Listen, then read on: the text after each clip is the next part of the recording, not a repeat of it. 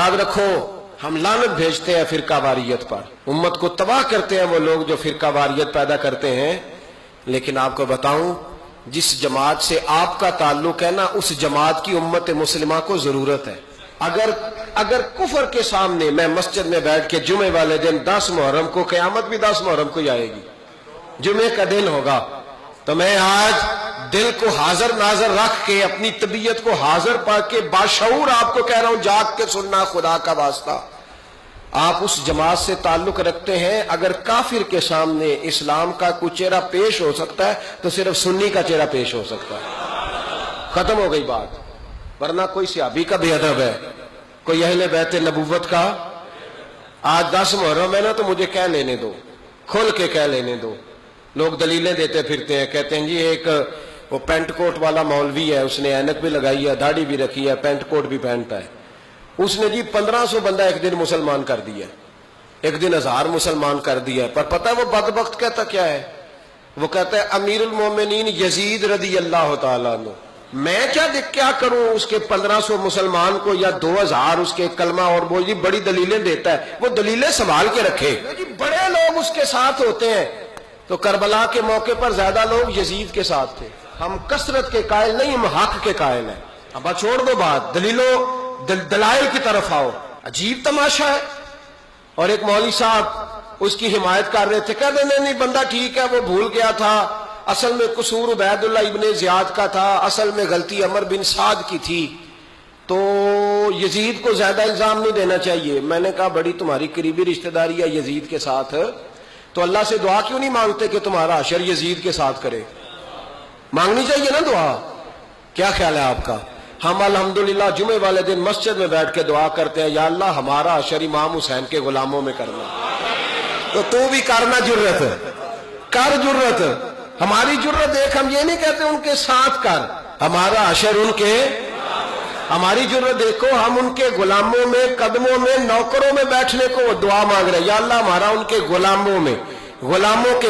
تو بھی جرت کر دلیری، کر جرت، کہ یا اللہ میرا حشر یزید کے ساتھ کر دلیری. اگر اتنا ہی اچھا تھا تو بے شرمو اتنا ظلم نہ کرو، اتنی زیادتی، اتنا ظلم نہ کرو، یہ ظلم ہے.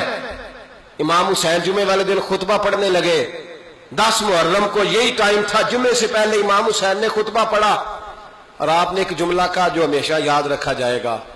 آپ نے فرمایا یزید کو جا کے بتا دو کہ مجھ جیسا تجھ جیسے کی بیعت نہیں کر سکتا. او کیا فکرہ ہے امام علی مقام کا. فرمانے لگے مجھ جیسا تجھ جیسے کی بیعت.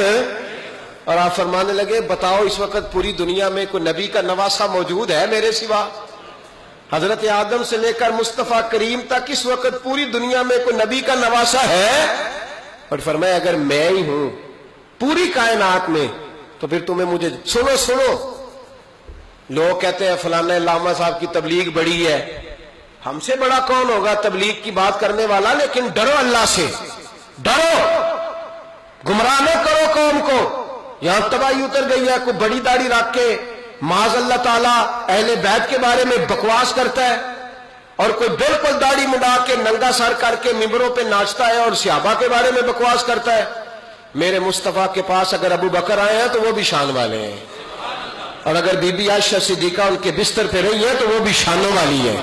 مولا علی شیر خدا کے بارے میں جو بات کرے پکا بے ایمان ہے. عجیب تماشا لگ گیا ہے. جو رب نبی پاک کے جسم کے قریب مکھی نہیں آنے دیتا، وہ گندا بندہ حضور کے قریب آنے دیتا ہے؟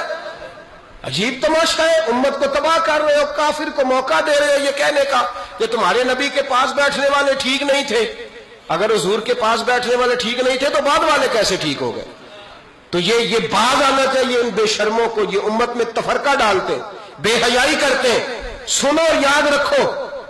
حضرت امام حسین نے خطبہ پڑھا نا جب جمعے والے دن، فرمایا مجھے پہچانو تو میں کون ہوں؟ تو عمر بن سعد بولا، پکے نمازی بولے. عمر بن سعد کہنے لگا حسین جلدی کر، ہمارا جمعہ لیٹ ہو رہا ہے.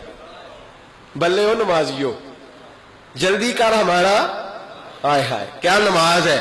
یعنی نبی پاک کے نواسے کو شہید کریں گے اور شہادت کے بعد جمعہ پڑھیں گے اور نماز میں کہیں گے اللہم صلی علی محمد و علی آل محمد، ان کو شہید کر کے قتل کر کے جمعے کا خطبہ دیا جا رہا ہے اور نماز پڑھی جا رہی ہے اللہم صلی علی محمد وعلی۔ تو میرا سنی بڑا بھولا ہے، کہتا ہے جی وہ زیادہ نمازیں پڑھتے ہیں۔ تو زیادہ نمازیں تو عمر بن سعد بھی پڑھتا تھا، تو بھولا۔ او خدا کے دیکھے نا، جتنی نماز کی اخلاق کی بات شاید میں کرتا ہوں، آپ کو جماعت میں کم لوگ ملیں گے، لیکن یاد رکھنا نماز عقیدہ نہیں، روزہ عقیدہ نہیں۔ میرے مدرسے کے طالب علموں نے کل بھی روزہ رکھا تھا، آج بھی رکھا ہوا ہے، لیکن روزہ عقیدہ حسین ہے، عقیدہ حسن ہے، عقیدہ علی ہے، عقیدہ عثمان غنی ہے، عقیدہ عمر فاروق ہے۔